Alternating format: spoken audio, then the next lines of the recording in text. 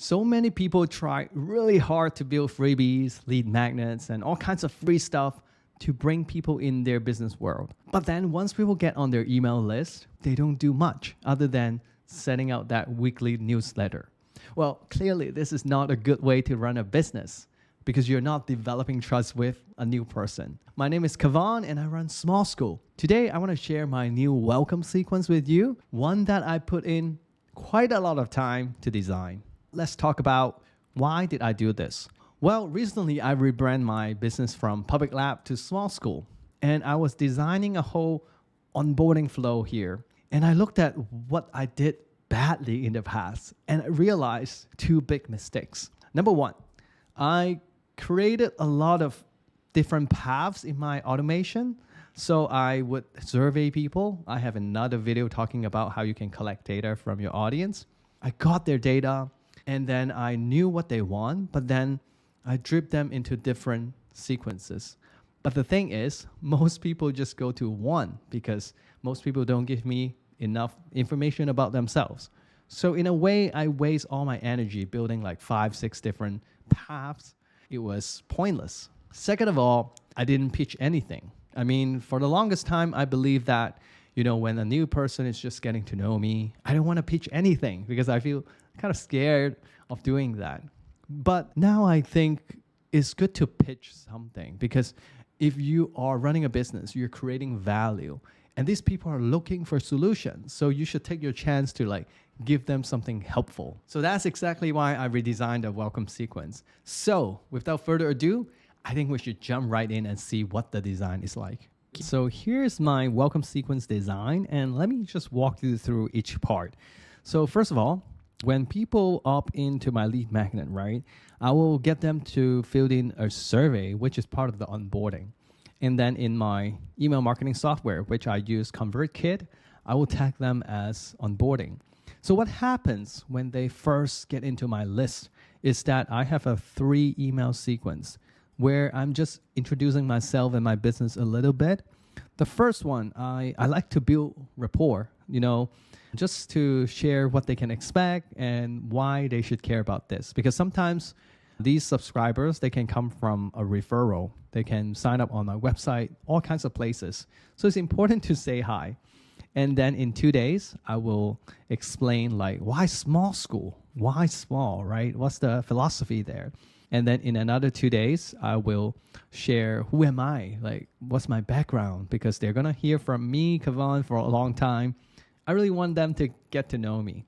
So this is where I start to have a very unique approach to this welcome sequence.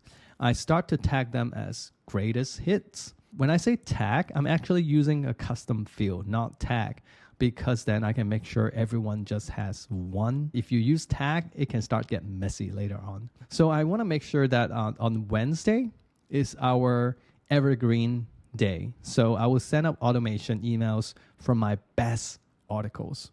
And then on Saturday, on the weekend, I leave it to broadcast, just some new stuff that they can learn from me or get to know me. So once they get into week 2, they will get a greatest hit on Wednesday, and then they will get a broadcast on Saturday, and then it will repeat for another week, all right?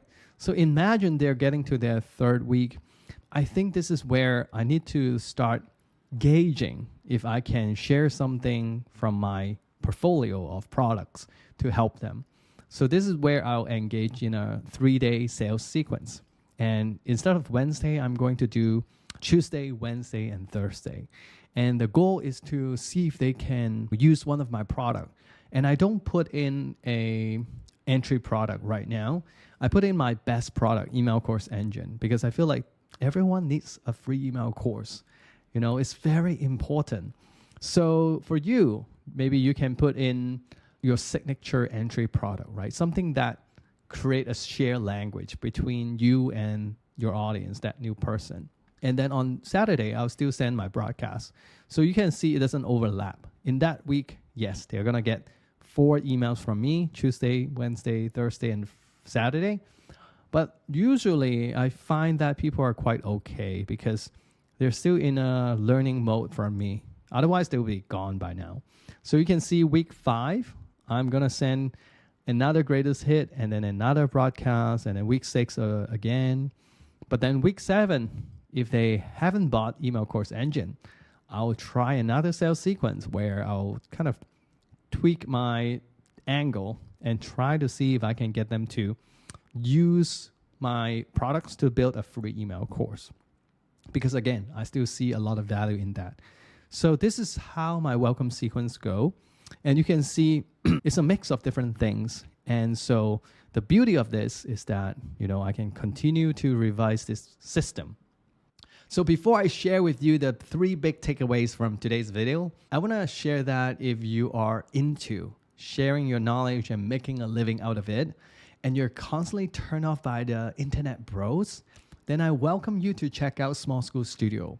It's just a very cozy community where we have a lot of good discussions, we grow together, we do sprints, we achieve things. And if you're into that environment, then check it out. It's smallschool.is/studio. Now let's talk about my biggest 3 takeaways as I'm redoing this welcome sequence. Well, number 1, I feel like it's very important when you get to a certain business stage that you start qualifying these new subscribers really early on. Because for the longest time, I was replying and interacting with everyone, and it takes up a lot of my time. But I'm thinking if I want to scale the business, then I really need to know that who is serious about learning from me. So by doing this, I can really see not just the open rate and click rate, but I can see who is ready to get something from me so that I will spend more time with these people. So that's very important. Number 2, I don't want to be a robot with just automated emails in that welcome stage. I know people would do like a 3-month automated emails with no new broadcasts. I just don't believe in that. I feel like it's very nice to see, oh, wow, Kavan is up to this new thing next month. I want to see that. I feel a disconnection if I don't get to see that. So just becoming more human and relatable.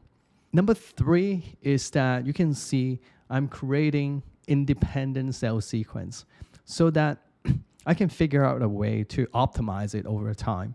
And right now I'm actually, experimenting with different tweaks to see if I can increase the open rate and click rate. And, new people will always go in that sequence. So it's nice to see the change in statistics. And more importantly, this might be for the welcome sequence, right? But you can also drop people in from other places to get these emails. And now you can actually pitch your product in a very nice way, soft way as well. I know there are so many ways to do it. This is what I'm doing right now. If you have other thoughts and interesting ideas about welcome sequence, put it down below. I would love to hear it, and I would love everyone to hear it. With that, I'll see you in another one.